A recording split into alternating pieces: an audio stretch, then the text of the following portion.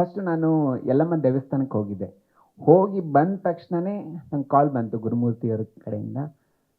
ಹೇಳಿದ ತಕ್ಷಣನೇ ಅವರು ಸ್ಟೋರಿ ಹೇಳಬೇಕಾದ್ರೆ ಇದೆಲ್ಲ ಮಾಡ್ತಾರಾ? ಅಂದರೆ ಅವರು ಒಂದು ಡೀಟೇಲಿಂಗ್ ಹೇಳ್ತಿದ್ರು. ಅವಾಗ ಅನ್ನಿಸ್ತಿತ್ತು ಇದೆಲ್ಲ ಶೂಟಿಂಗಲ್ಲಿ ಇಷ್ಟು ಪರ್ಫೆಕ್ಟಾಗಿ ಬರುತ್ತಾ ಅಂತ. ಬಟ್ ಅವ್ರು ಏನು ಅಂದಿದ್ರು ಅದೇ ರೀತಿಯೇ ಅಷ್ಟು ಡೀಟೇಲಿಂಗ್ ಆಗಿ ಮೂವಿನ ಮಾಡಿದ್ದಾರೆ. ಸೊ ನಾನು ಈ ಒಂದು ಮೂವಿಲಿ ಒಂದು ಪಾರ್ಟ್ ಆಗಿರೋದು ಆ ಒಂದು ಯಲ್ಲಮ್ಮ ತಾಯಿ ಆಶೀರ್ವಾದ ಅಂತಲೇ ಅನ್ಕೋತೀನಿ ನಾನು ಯಾವಾಗಲೂ. ಎಲ್ಲ ಆರ್ಟಿಸ್ಟ್ಗಳು, ಇವನ್ ನಿಖಿತಾ, ರಘು ಮತ್ತೆಲ್ಲ ಅದರ್ ಆರ್ಟಿಸ್ಟ್ಗಳು ತುಂಬ ಅಂದರೆ ತುಂಬ ಸಪೋರ್ಟಿವ್ ಆಗಿ ಎಲ್ಲ ಅಷ್ಟು ಚೆನ್ನಾಗಿ ಮೂಡಿ ಬಂದಿದೆ ಮೂವಿ.